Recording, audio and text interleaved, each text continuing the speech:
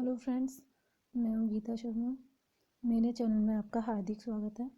आज हम शिक्षा निदेशालय द्वारा जारी नोटिफिकेशन के बारे में बात करेंगे, जिसमें स्कूल लॉगिन पर फंड मैनेजमेंट टैब में सभी प्रकार के खातों का विवरण करने की जानकारी दी गई है।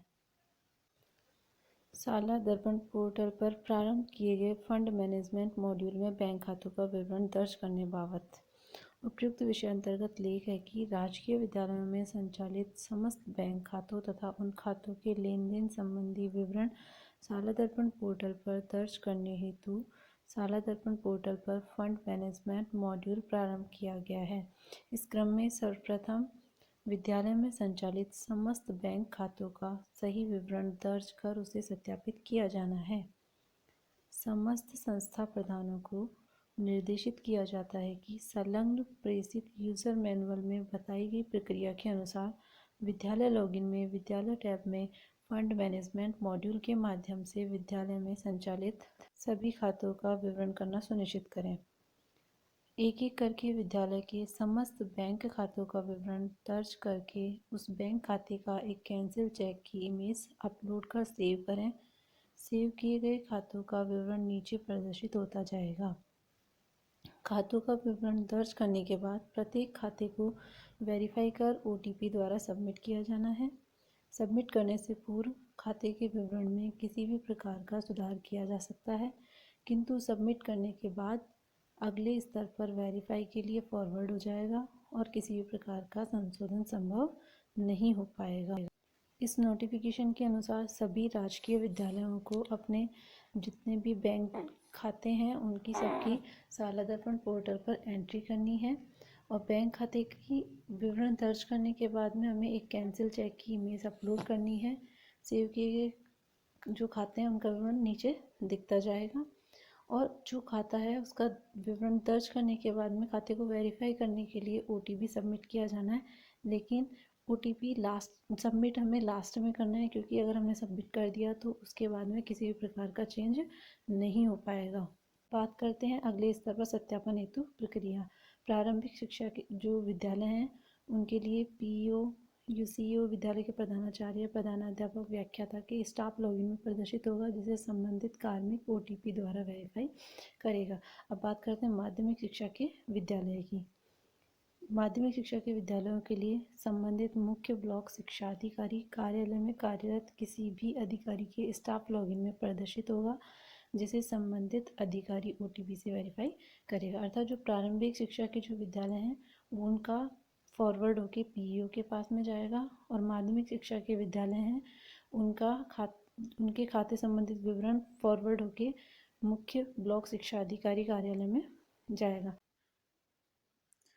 अब हम बात करते हैं साला दर्पण पर स्कूल लॉगिन के माध्यम से फंड मैनेजमेंट टैब में खातों का विवरण किस प्रकार कर सकेंगे। सबसे पहले गूगल क्रोम में साला दर्पण सर्च करेंगे।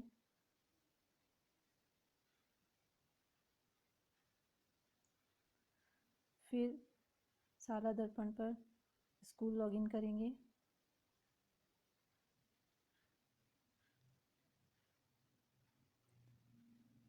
यहाँ हम अपने स्कूल के ID पासवर्ड डालकर लॉगिन कर सकते हैं। लॉगिन करने पर इस तरह का पेज हमारे सामने दिखाई देता है।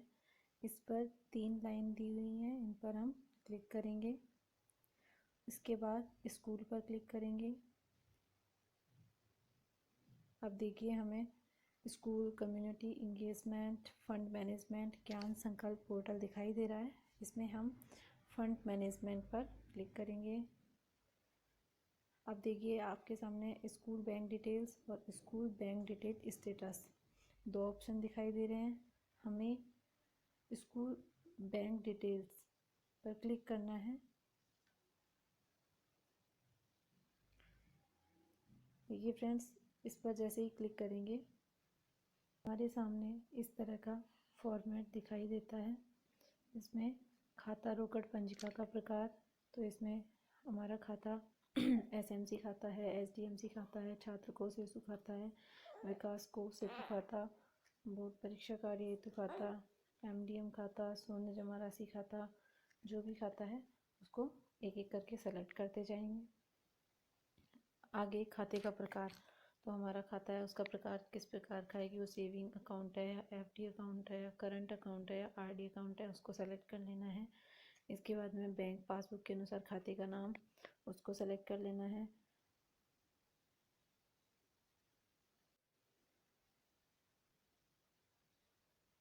बैंक पासबुक के अनुसार खाते का नाम, उसको लिख देना है।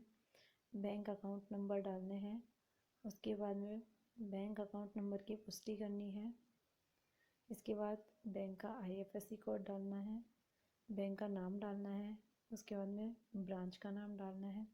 उसके बाद देखिए खाते का उपयोग, हम अपने स्कूल खाता जो है उसका किस प्रकार उपयोग कर रहे हैं। समग्र शिक्षा मद के लिए, बीएसईआर मद के लिए, ज्ञान संकल्प मद के लिए, अक्षय पेटिका के लिए, या मिड डे मील के लिए, या फिर राजकीय मद के लिए, या भामाशाह या दानदाता मद के लिए, स्थानीय विकास के लिए, जिस भी मद के लिए आप खाते का उपयोग कर रहे हैं उसको टिक कर देना है।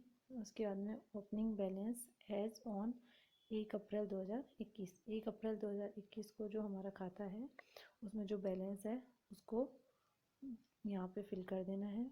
उसके बाद में अकाउंट ओपनिंग डेट, हमारा जो खाता है वो कब खोला गया था उसकी डेट हमें फिल कर देनी है। उसके बाद में अकाउंट क्लोजिंग डेट, अगर इन जो हमारे विभिन्न प्रकार के खाते हैं उनमें से कोई खाता अगर हमारा बंद हो गया है तो उसके बारे में हमें यहाँ यस या नो कर देना है।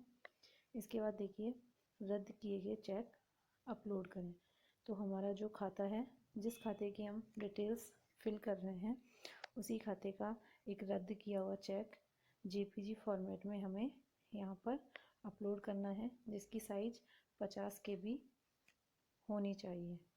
ठीक है, 50 KB या 50 KB से कम होनी चाहिए फ्रेंड्स। इस प्रकार इन सबको फिल करके हम सेव का बटन क्लिक करेंगे और हमारे जो विद्यालय के विभिन्न प्रकार के खाते हैं उनकी एंट्री कर सकते हैं। आपको इस चैनल से कोई हेल्प मिली हो तो फ्रेंड्स हमारे चैनल को लाइक और सब्सक्राइब करें। Thank you.